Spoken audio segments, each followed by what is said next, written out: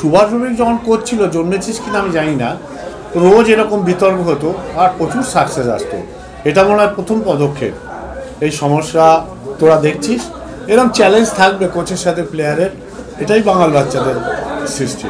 হ্যাঁ, তার মানে এই না বিশৃঙ্খলা তার চূড়ান্ত হবে, সেখানে শৃঙ্খলা যেটা রাখবার রাখা হবে, কিন্তু এই চ্যালেঞ্জটা কোচের সাথে প্লেয়ারের আছে, it's a good thing for us. উনি বলেছেন আমরা এবার এই পরিকল্পনায় ঢুকবো, সে আবহাওয়ায় ঢুকবো, ঢুকে কথাবার্তা শুরু হবে। এই যে ভাবনা চ্যাম্পিয়ন হওয়ার, এই ভাবনাটা তো আমরা ভাবতে পারিনি টিম।